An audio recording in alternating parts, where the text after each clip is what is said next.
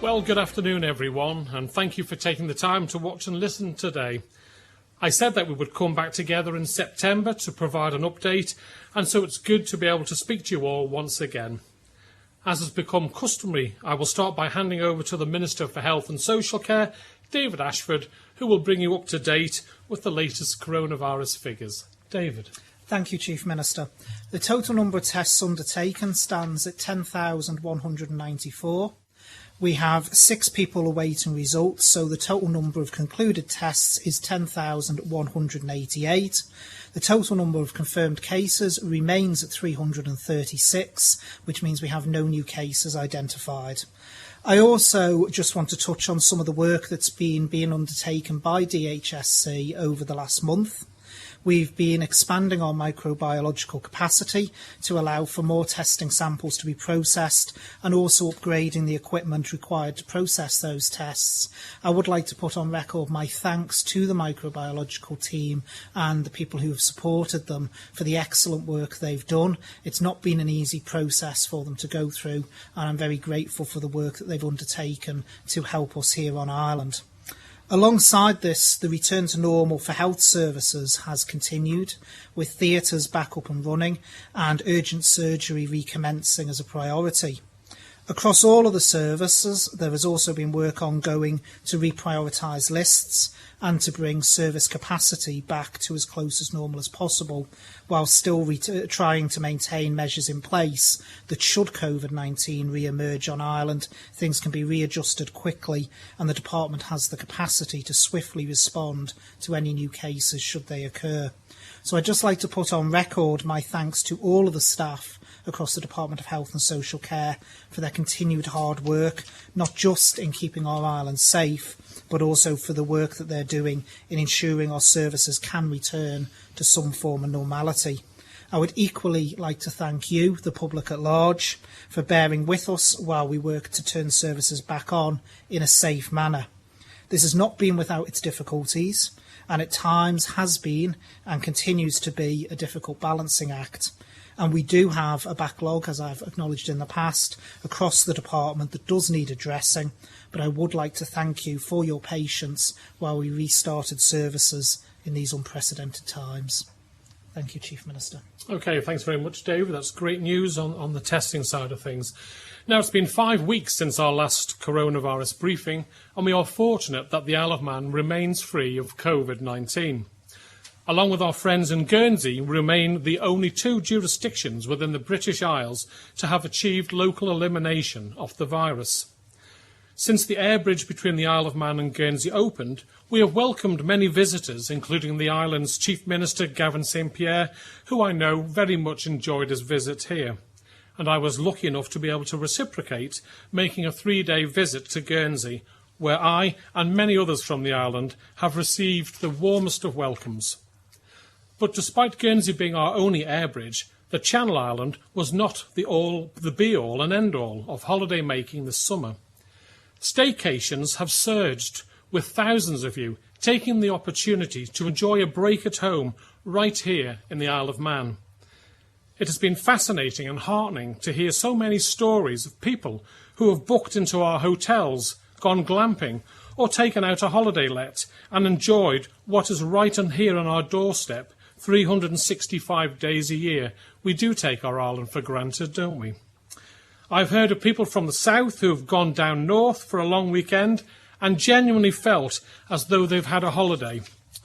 This staycation boom has greatly helped our struggling hospitality sector at a difficult time and has ploughed money back into our economy with that all-important multiplier effect.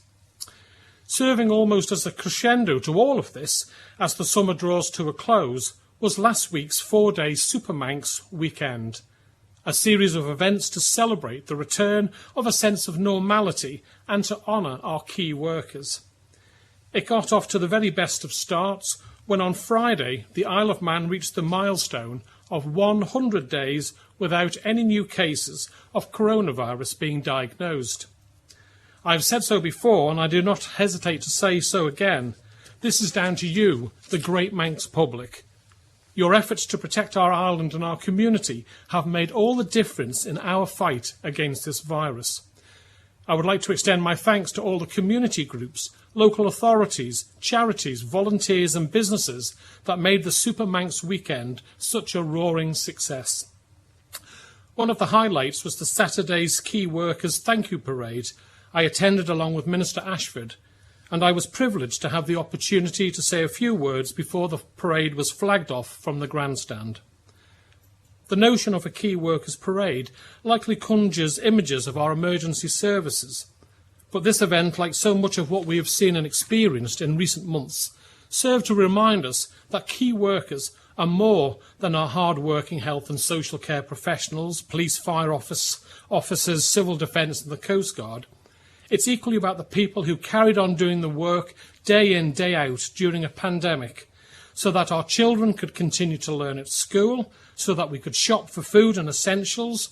It's all about the people who kept the lights on and the water running, who emptied our bins, maintained our roads and critical infrastructure, who reported the news, kept our financial services running, delivered our mail and parcels, who maintained the flow of freight to the island, people who answered helplines, who processed applications for financial support, and so many, many more. Our island's heroes. It was a poignant moment and one that will last in my memory from my time as your Chief Minister.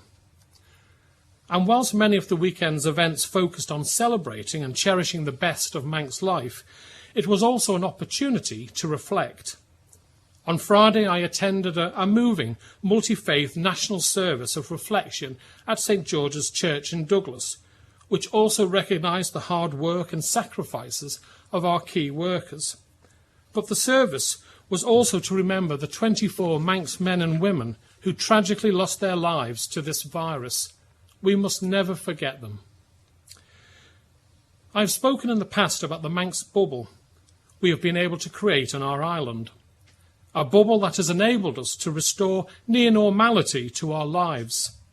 I am aware that, on the one hand, there are those who are understandably nervous about any changes in our approach to coronavirus and who are keen to maintain the status quo and protect our bubble.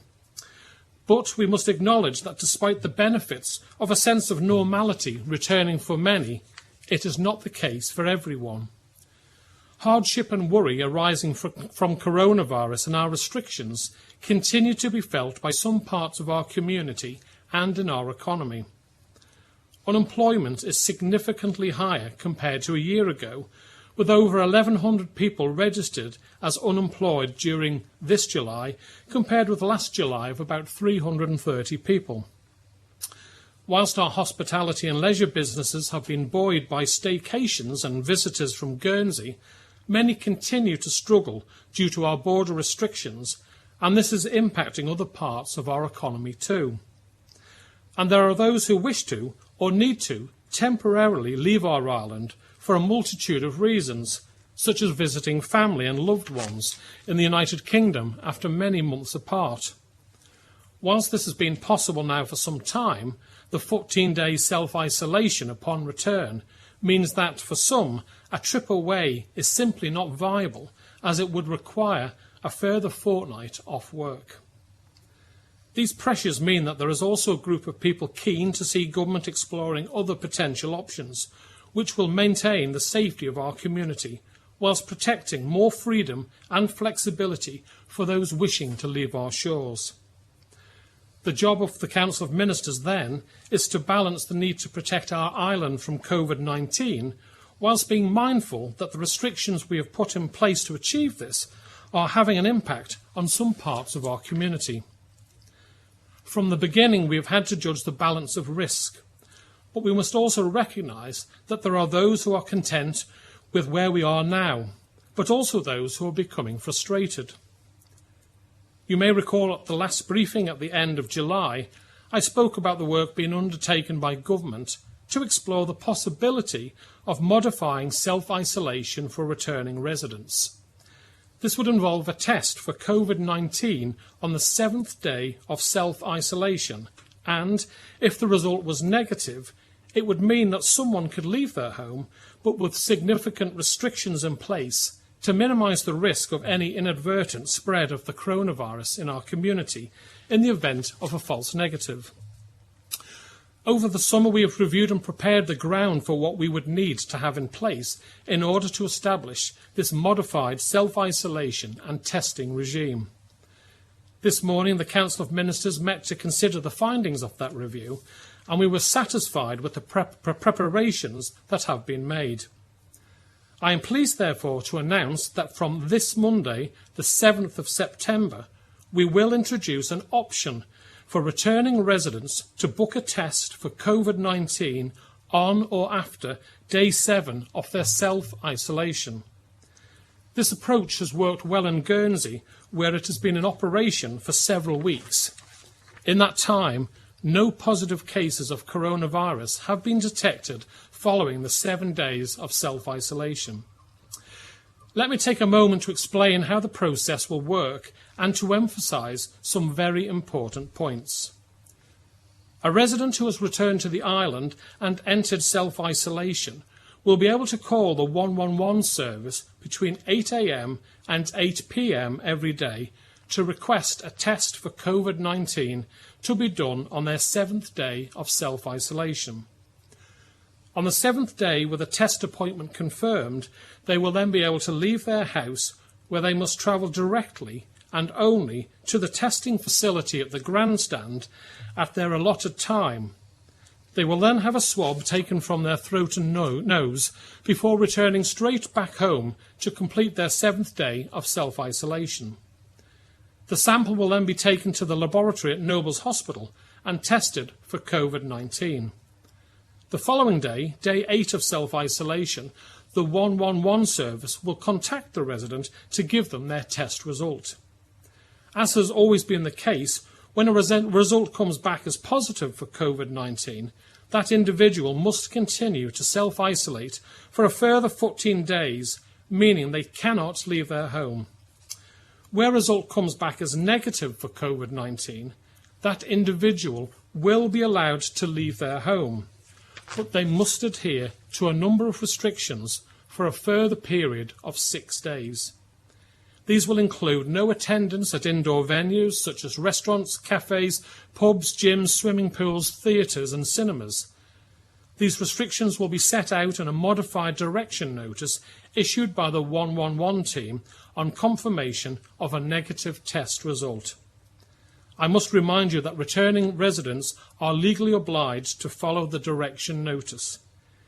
In terms of what will be permitted, people will be able to return to their place of work if their employer is happy for them to do so, so long as they do not have a role that requires them to interact with the public, for example, teachers, retail assistants and receptionists. You will also be able to shop, but only for essential items such as food and medicines.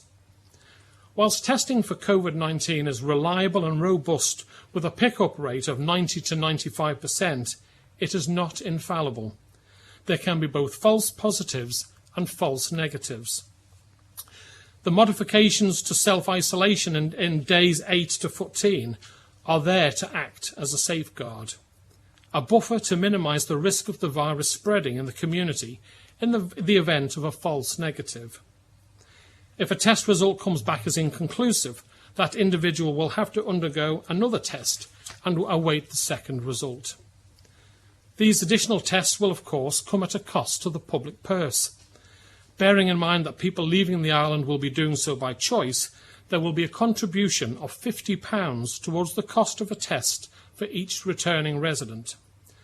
Those who do not want to pay this fee can, of course, continue to self-isolate for the full 14 days. The contribution will need to be paid by card over the phone when contacting the 111 service to arrange a test. For the safety of staff, payment by cash and cheque will not be possible. I'm conscious that I've given you quite a lot of detail there, and our COVID-19 website, covid19.gov.im, will be updated with full details by tomorrow evening, giving plenty of time over the weekend for people to familiarise themselves with the detail before the new service goes live on Monday. Can I please ask that you do not ring the 111 service to make an appointment before the service launches on Monday, as arrangements and processes are in the final stage of being rolled out. Moving on to borders, The island has been at level 4 of our borders framework for some time now.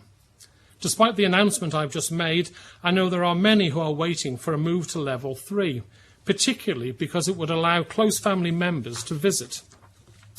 This morning, the Council of Ministers discussed our border arrangement. We have been clear throughout that our approach to borders will be influenced by coronavirus infection levels in the United Kingdom, our nearest neighbour. We have examined the latest data from the UK's Office of National Statistics, which shows an estimated UK rate of coronavirus infection of around 1 in every 2,000 people over the past 6 weeks. As set out in our borders framework, for a move from level 4 to 3, we would need to see a reduction in the rate of 1 in every 5,000 people. The UK still has a considerable way to go to reach this. The level of cases in the northwest of England and the need for local lockdowns in areas such as Blackburn is also a cause for concern given our close connections and key transport links with the region. As such, the Council of Ministers has decided that we will remain at level 4 of our borders framework for the time being, but we will of course continue to closely monitor the situation in the United Kingdom. Now, I've spoken before about baby steps. With pupils returning to school in the United Kingdom, people returning from summer holidays, and the increasing demand this change in testing will have on our lab and swabbing teams, I do hope you will agree that it is prudent to take this step one at a time over a change. Before returning to the media for questions next week, we'll see children return to the island's primary and secondary schools for the start of the new academic year. And many students in tertiary education will be heading to the United Kingdom, Ireland and further afield to start or continue their studies. And I would now like to invite Minister Allinson to update you on these two topics. Alex. Thank you, Chief Minister. This month is important for all our pupils and students as they restart their educational progress. After an unprecedented disruption to their teaching and the cancellation of exams, I'm delighted that so many of our students received the grades they deserved. Almost all our students have secured places on the courses they wanted at universities in the United Kingdom or at our own university college on the Isle of Man. Government recognised the problems for those returning to their studies in the United Kingdom and have worked with local courier firms to arrange for the transportation of belongings. We've also arranged discounted airline fares through our strategic partner Loganair for those needing to fly to Liverpool, Manchester or London. Many parents want to take their children across and ensure they're settled in for their first year. The Council of Ministers completely understands this, and I hope that the announcement today by the Chief Minister regarding self-isolation arrangements will make the trip easier for all our families. Next Wednesday sees all children return to our schools, some starting for the first time or starting sixth form for the first time. I'd like to thank all the teachers and those other essential staff for getting everything ready for the start of the new academic year.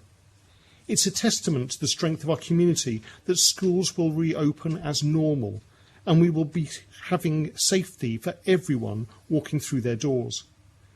But to learn and to progress their education, we need all our children back in their classes. For this reason, school attendance is once again compulsory. During the state of emergency, we were reminded about the value of our education service, the strength of our schools and the work of our teachers. Now is the time to ensure that all our children get the education they need. We need to ensure pupils attend school to learn and are allowed to progress. But as a community, we need to support our schools to ensure that if children are ill, they do not go through those doors, to ensure that they are not unnecessarily taken out of schools for holidays, and to employ those universal provisions such as hand washing and good hygiene measures to ensure our schools remain resilient to any future threat. Thank you. Thank you very much, Alex, and may I wish the very best of luck to those who are starting primary and secondary school next Wednesday, and to all of those who are heading to university, especially for the first time. And now to questions from the media. And first and foremost, I have Tim Glover from Manx Radio. Good afternoon, Tim. Fastyr mie. It's a while since I've said it. Fastyr mie, Chief Minister. Dealing with the 7 days, have you gone further than Guernsey with the indoor venues? And also, they have a whole list of passive follow-up, as they call it, between days 7 and 14. And I know details are coming on that, but can you confirm that you have to, for example, be very careful about going to nursing homes, to the hospital, and what other measures there are going to be in place? Absolutely, Tim. You're absolutely correct. We will be closely following. There's no point reinventing the wheel, and if Guernsey have been trialling this for several weeks now and it's been successful, then we will be following a number of the rules and regulations that they've implemented. So, yes, we will be asking the people between days 8 and 14 not to go into nursing homes or hospitals unless they have an appointment to specifically be there for themselves, and then that will be monitored, and obviously we are putting all the rules and regulations on our website. It should be there by the end of tomorrow, and for people to double check. And also when they have their test, they will be getting sent a form clearly outlining what they can and cannot do. And we sincerely hope that if people follow these rules and regulations, which the vast majority have been so far, then we will be okay.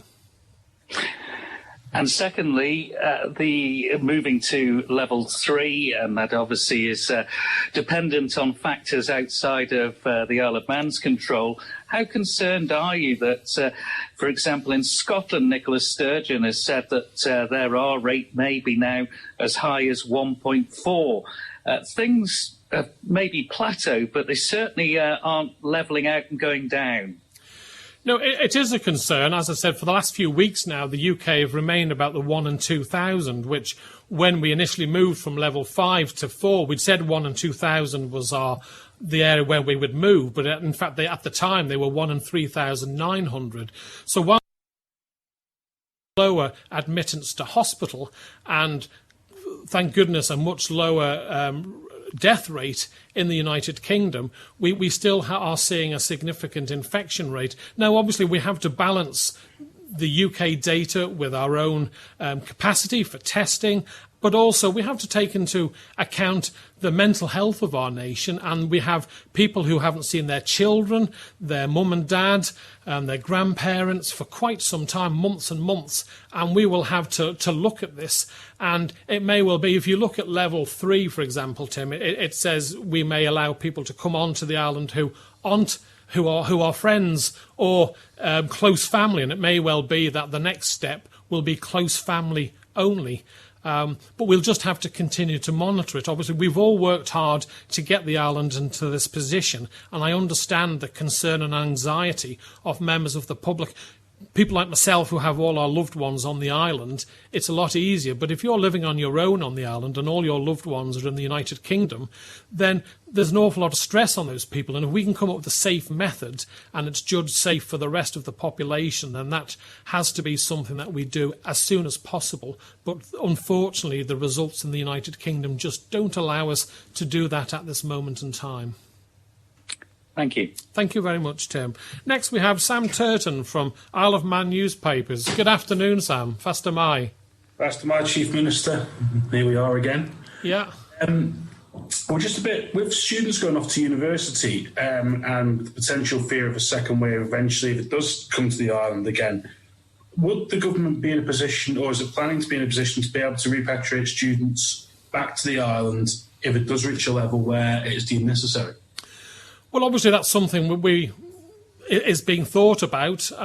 You can never say never. I sincerely hope we never get to that situation. I have declared that my son has already gone back to university and is having to get used to wearing a mask and isolate with his fellow students who are sharing a house. Alex, would you like to take that one, please? Absolutely, Chief Minister. I mean, I think we're in a very, very different position than we were back in March.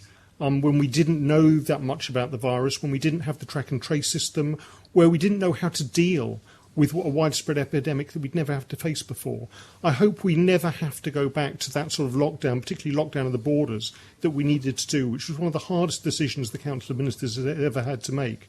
If we do get a significant outbreak in the United Kingdom or a localised outbreak at universities, we will do our utmost to make sure that those students are kept safe, They may be in localised lockdown and not be able to get out of the United Kingdom, but we will make sure that if they need to be repatriated, we do that in the safest way possible, both for them and the Isle of Man population. So I think the fears that we will go back to the way things were when we started this journey, hopefully we can discount. We now know far more, we're now far better prepared, and we can do far more to protect our people wherever they are. I think it's also worth saying that we've already issued a document to all households on the Isle of Man saying what will happen should we see a reoccurrence of cases, whether that be on the Isle of Man. And obviously looking after our young people who are off studying at the moment is incredibly important, and we will do our utmost to look after their safety. Right, Sam, your next question. Thank you. Yes, with the air bridge of Guernsey, it's sort of a two-part list, but the first one's just very short of, are we looking at potentially any extension to that later into the year? And secondly, the potential deal with Orkney that was discussed a couple of weeks ago now, do we know where we're at potentially looking forward with that, just with the island's border situation? And we know that airlines are wanting to come back in, but they're not necessarily sure when they'll be able to. Right, well, first and foremost, I think there are 3 or 4 companies that have tendered for the contract going forward, and we haven't made a decision on that. The Department of Infrastructure Minister will be advising us about that in the near future. So regarding an extension to the air bridge with Guernsey, I suppose I'm more than happy for that to continue whilst we maintain closely aligned, and I know to the end of this month, there's no plans for. I was speaking to the Chief Minister of Guernsey yesterday, and they have no plans to change their strategy going forward. It's closely aligned to the Isle of Man. So to the end of the month, yes, if nearer the time, we will have to discuss whether we can keep that going into October, November. It has been incredibly popular, and I know when I was walking around the streets of the capital in Guernsey, I was inundated with Manx residents who'd gone over there and had a really good time. So it's very popular, and if there's an opportunity to extend it, then of course, Sam, we will. Thank you very much, Sam. We now move on to Rob Pritchard from 3FM. Hi, Rob. Good afternoon. Faster Mai. Faster Mai, Chief Minister. Here we are once more. My first question is just again on the subject of the 7-day system with the self-isolation. How, in terms of this, would involve more freedom of movement for someone who does test negative on that 7th day, and as you say, there are restrictions in place. How are you going to be able to monitor that to make sure that people are sticking to those? Because there is a lot more freedom of movement than if they're just self-isolating and you're getting unscheduled checks, for example. Well, first and foremost, you'll be breaking the law if you don't follow the rules. You will be sent a list of what you can and cannot do, and if you don't keep to those rules, then you will be liable to prosecution and imprisonment, same as anyone else breaking the COVID rules. There's no change there whatsoever. You'll have seen a number of people who've sadly had to go to prison because they haven't felt obliged to follow the rules, and there's various ways of checking up on people, whether it be members of the public letting us know, whether it be a phone call to the people or the odd spot check. So there are ways. I mean, there's a very, very small number of people who have broken this, and it would be a real pity if anyone thought it clever to break the self-isolation. It's there to not just to protect their loved ones, but other people's loved ones. You may not know that you have the illness, and if you break that and you pass it on to someone who's autoimmune, then you could effectively be causing their death, which I'm sure no one would want in their conscience. And I'm sure that now we're moving to the 7-day, well, effectively 8 days of isolation, then it will be respected, but we will take firm action, and it will be legislation in place to prosecute anyone breaking the rules on the freedoms they are given for the remaining 6 days. Thank you. My second question for Dr. Allinson. Obviously, after many different twists and turns, students were able to get their A-level and GCSE results a couple of weeks back. There's talks now in the UK that next year's A-levels and GCSEs may be delayed. If that is going to be the case, how will that affect education on Ireland? At the moment, we're looking quite carefully at the range of exams that are being offered. after the recent controversy over marking, the department have said we will do a full review of the various boards we use. Obviously, at the moment, the House of Commons Education Select Committee are looking into the whole environment and looking into what happened, particularly with Ofqual, and we're waiting for their report. I've already sent a letter to them to highlight the problems we had on the Isle of Man, and hopefully after that report we can then look at the exam landscape. Now, at the moment, the situation in the United Kingdom is quite uncertain in terms of universities and how they will be doing exams, and there has been talk about perhaps postponing A-levels and GCSEs next year, but still a definite commitment to having exams. What we don't know at the moment is when they will be held, and obviously we tend to follow the same boards as used in the United Kingdom, so if the exams are postponed for a little bit later on during the summer to allow some of the students to catch up, do a bit more further work, then we will probably have to follow suit. But we will work with the teaching profession, we will work with the examination boards to get the best we can for our own students. And I think we have to remember that our own students got an extra 5 weeks of education just before the summer holidays, which their UK counterparts lost out on. So again, that's a testament to the strength of our community, but also the strength of our education service on the island. Thank you very much. OK, thanks very much, Rob. We now move on to Josh Stokes from ITV Granada. Oh, we don't have Josh, I'm told. So we now move on to Alex Bell from BBC Isle of Man. Good afternoon, Alex. Afternoon. I'm just keen to know, now the government has shown willingness to advance its border policy slightly. Many people in the UK and farther afield have come to us. I've heard a lot of talk of frustration that people who don't live on the island can't come over here still to see family or whatever they want to do. So I'm just keen to know, what is the difference in risk between someone who ordinarily lives, say, in the northwest of England, for example, and someone who lives here, who might visit the same place, travel back, self-isolate, and then they're free to go about their business in the community? Do people who live here not have the same chance of bringing the virus back as an off-island visitor? Well, I suppose people who go off island from the Isle of Man might have only been there for a day or two. They are our locals and our people, and we need to look after them and their safety. People who need to come and visit the Isle of Man, that's increasing the risk. And when you're looking at it from a risk point of view, you need to look at what is acceptable. Allowing your own people to go away and come back and self-isolate is one thing. Allowing people who aren't resident to come over here, ensuring that where do they isolate, the additional numbers that we would then have to monitor and the additional testing just at this moment in time, when you compare that with the risk of the number of cases in the United Kingdom, means that we just don't feel it's possible at this moment in time to move from level 4 to level 3. Now, it's obviously something we want to do, but we don't want to throw away the position that we are in now. It's taken an awful lot of hard work for the people of the Isle of Man to get into a position where life is as normal as possible on the island. But equally, we know that people are suffering by not being able to see their family members. The 7-day quarantine and then we're introducing will enable people to go away, see their family member, come back and only effectively lose 7 days rather than the 14 that historically they've had to lose, which has stopped quite a few people from going away. But David, I think you want to expand on that. Yes, if I could just come in, Chief Minister. In relation to that, the risk is twofold.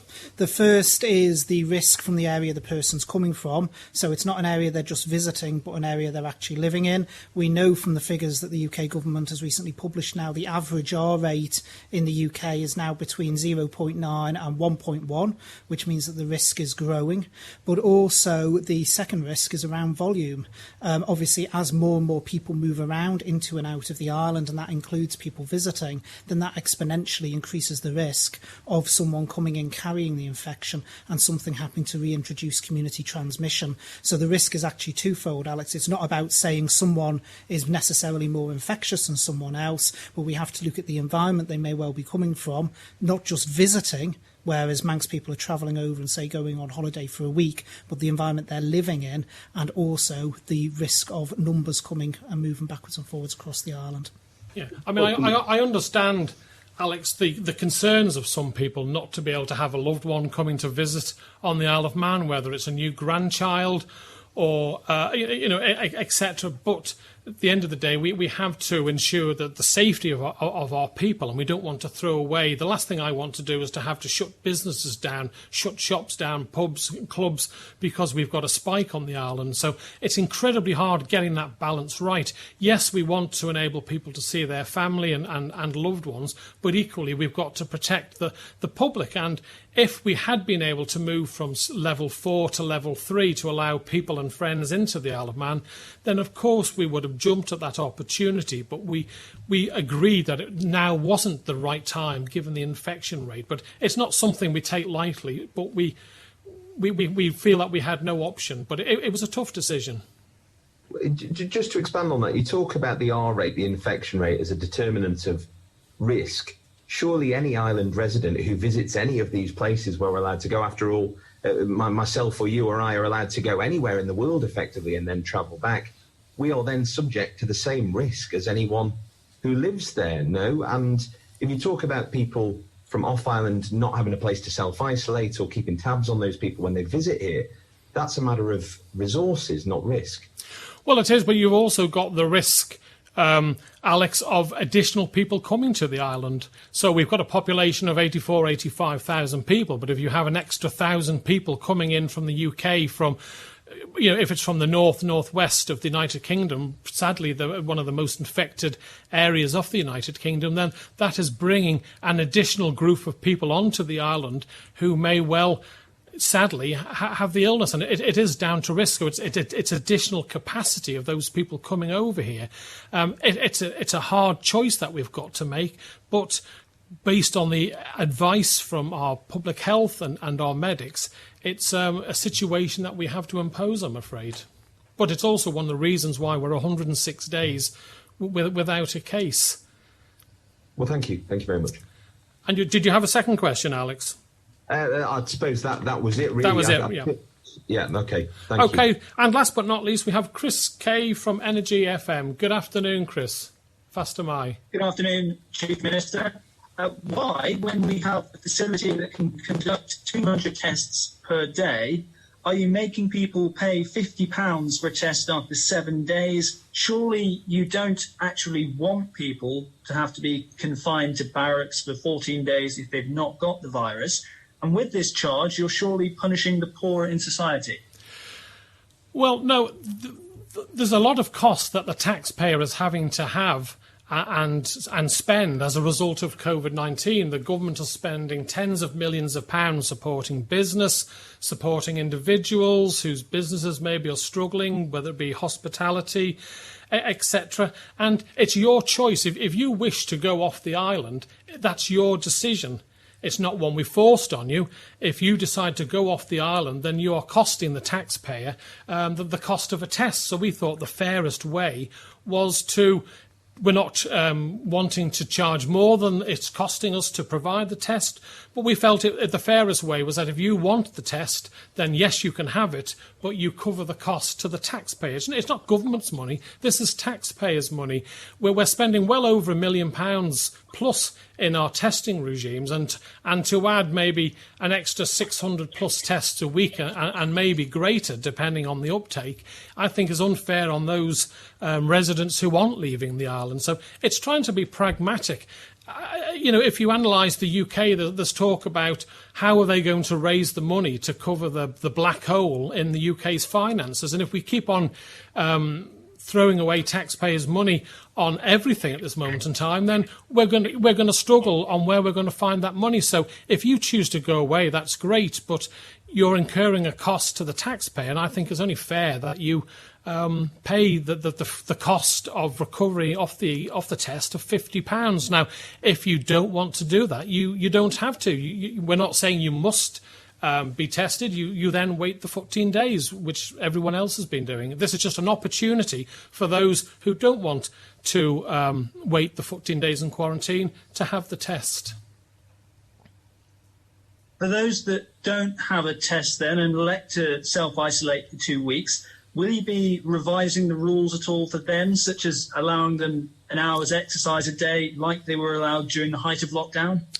No, it's business as usual. No change to the 14 days. You just carry on as normal, really. So it's purely if you wish to be able to move around and get back to work, if you comply with the rules and regulations, then you've got the opportunity to have that test. A number of people are very supportive of this. It's been popular in Guernsey, where they've had no cases, and we've been spending the month of August building up our testing capacity, buying an extra machine to do the testing in readiness for this. Okay, Chris, now that because we're down a couple of people, I'm happy to take an extra... My second question is for the health minister, if I may. Okay, David. Good afternoon, Chris. Good afternoon. The phrase herd immunity was being talked about right at the start of this pandemic in the UK. The government there quickly distanced itself from that phrase. We are seeing a high number of cases over there still, but the death rate is actually very low at the moment, suggesting there may be some sort of herd immunity which has taken place. Given that you say, and you said before, that it's only a matter of time before we get another case over here, is it a worry at all that so few people on the island have been exposed to COVID-19? Well, the first thing I'd need to say is to emphasise again what I've emphasised since day one. We need to be very careful about this phrase herd immunity. It's an absolutely marvellous scientific theory, but it's never been properly put to the test in practice. There is even debates among scientists as to what level you need to reach for herd immunity, be it 40%, 60% or even 80% of the population. And I certainly don't think the COVID-19 pandemic is the occasion to put it to the test. But equally, we need to be very careful about looking at the death rate and saying, well, actually, things are getting better or COVID-19 isn't as bad as it was, because what you've got to look at in the UK is they have radically ramped up their testing. So if you ramp up your testing, you are more likely to identify asymptomatic cases. And what that means is you're getting more positive results. So it doesn't necessarily mean the death rate has dramatically decreased from where it was. It just means your overall number of cases identified is going up. So we need to be very careful about trying to make this analogy between a death rate going down when the number of tests is going up. And that's what's actually important to focus on. Also, if I can just point out that herd immunity, you don't keep your immunity forever. Some people who have had the test 2-3 months after having COVID-19 no longer have the antibodies present. I've had the test, I still had it a few weeks ago. I might have lost that immunity now. And there are examples of people getting it potentially a second time. So the herd immunity is something that I'm afraid we have to totally discount now. Because there's only 6 of you today, I'm more than happy to take an extra question from you. So Tim Glover from Manx Radio, would you have got a question for us? Yes, just flipping Al Bell's question there. We have the Manx economy relies on a lot of people from the UK and further afield coming to work here on the Isle of Man with their family, obviously not here on the island, and they have limited space in their employment to travel over and see family if they wish to. And we've had a few messages in saying they feel trapped and they're now going to have to weigh up whether they want to be with their family or stay on the Isle of Man and be cut off from their family.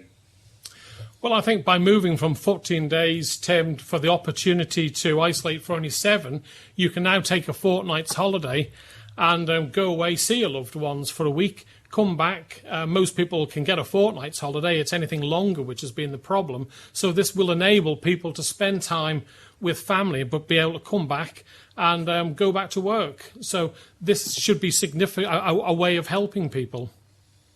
Are you worried, though, that some might make the choice to leave?